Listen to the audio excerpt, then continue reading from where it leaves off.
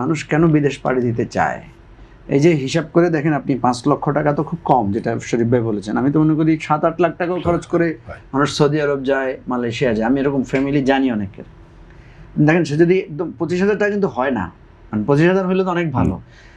Minimum যদি 20,000 টাকাও ধরি, 20,000 টাকাও ইনকাম করতে পারেন অনেক লোক আছে, 15,000 10,000-এর বেশি পারে না।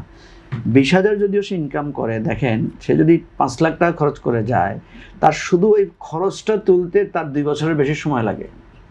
অথচ ভিসাগুলো কিন্তু 2 বছরের বেশি থাকে না, সাধারণত কন্ট্রাক্টই থাকে 2 বছর। তখন এই শ্রমিক আরেকটা অনিশ্চয়তার মধ্যে পড়ে, অনিশ্চয়তা না শুধু, এরপর আবার তাকে ভিসা বাড়ানো, নানা তৎপরতা চালাতে অনেক টাকা সেখানে ঘুষ দিতে হয়।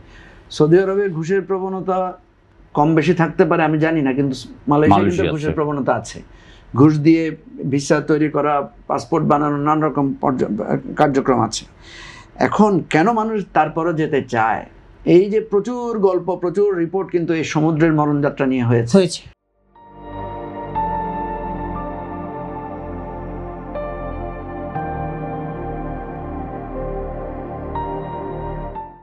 তারপরে কেন মানুষ আবার সেই মরণযাত্রা যেতে চায়? এই জন্য যেতে চায় আমাদের দেশে যেতে ইনসিকিউরিটি আছে। আমাদের দেশে দেখবেন যেই কাজটা, যেটা শরীফ ভাই বলেছেন যে সে কেন ওখানে করতে চায়, কারণ ওখানে তাকে তো কেউ দেখে না সে কি করে, ঠিক আছে? কিন্তু এখানে তো সে দেখে, লোক লজ্জা আছে। দেখেন আমাদের এখানেই কিন্তু রিক্সা চালিয়েও 30,000 টাকা ইনকাম করা সম্ভব। আমাদের এখানে একটা সিএনজি চালালেও একটা মানুষ মাসে দেখা যাচ্ছে তার 25-30,000 টাকা তার ইনকাম সহজেই আয় করা যায়। কিন্তু সে যে লজ্জা পায় যে আমি এখানে সিএনজি চালাবো, লোকেরা বলবে সিএনজি চালায়, হ্যাঁ, এখানে বলবে যে সে ইলেকট্রিশিয়ানের কাজ করে, প্লাম্বিং, ইলেকট্রিসিটির কাজ, ইভেন মোবাইল মানে ইয়ে করার, মেরামত করার কাজ করে আমি দেখি একজনের 40-50,000 টাকা ইনকাম করে। আমাদের এই মফস্বল এলাকাতেও আমি দেখেছি। সামাজিক সংকটটাও একটি বিরাট বড়। আমাদের এই জায়গাটায় এই সাংস্কৃতিক যেটা ভাঙতে হবে, সবাই মিলে লোকদেরকে বুঝাইতে হবে যে কাজ করার মধ্যে কোনো লজ্জা নাই, এবং আমাদের এটা প্রাউডলি এটা মানে আমাদেরকে জানাতে হবে। আপনি দেখেন একটা ছোট্ট লোক, এখন এগুলো খুব হচ্ছে, আমরা দেখছি। ওই যে একটা লোক এত পিঠা বানাতে পারে, সে একটা চুলা বসিয়ে একটা পিঠা বানিয়েও দেখা যাচ্ছে সে ডেইলি 500-700 টাকা ইনকাম করছে। এই রাস্তার মোড়ে দাঁড়িয়ে পেঁয়াজু পুরি বানিয়ে, এগুলো বানিয়েও সে ব্যবসা করছে। এগুলো তো একটা স্কিলের ব্যাপার, ঠিক না? একটা লোককে সিঙ্গারা বানানো শেখানো, একটা লোককে পুরি বানানো শেখানো, 1 সপ্তাহ ট্রেনিংয়ে এটা করা সম্ভব। এখন তো প্রচুর লোক ইউটিউবে নানা ধরনের রেসিপি শিখে ফেলতেছে। এখন আমাদের সেলিম ভাই খুব ভালো রান্না করতে পারে, এটা আমি জানি। হ্যাঁ, উনি নিজেও কিন্তু খুব শখ করে বিভিন্ন সময় মানুষকে দাওয়াত দিয়ে। সেলিম ভাই যদি দাওয়াত দেয় আমরা একদিন যাবো। হ্যাঁ, উনি দাওয়াত দিয়ে খাওয়ানোর অভ্যাস আছে। আপনি বললে কিন্তু উনি এটা মনে করবেন না যে উনি নিরুৎসাহিত করবে, উনি রাজি হয়ে যাবে। আমি যেটা বলছি যে এখন স্কিল ডেভেলপমেন্টের জন্য আপনাকে বড় ধরনের কোনো কাজও করতে হচ্ছে না। আপনি নানাভাবে চেষ্টা করলে, ইভেন আমাদের সরকারের অনেক প্রকল্প আছে যেগুলোতে আপনি ফ্রিতে অনেক ট্রিটমেন্ট নিতে, স্কিল ডেভেলপ করতে পারেন। এটার জন্য চেষ্টা করতে হবে।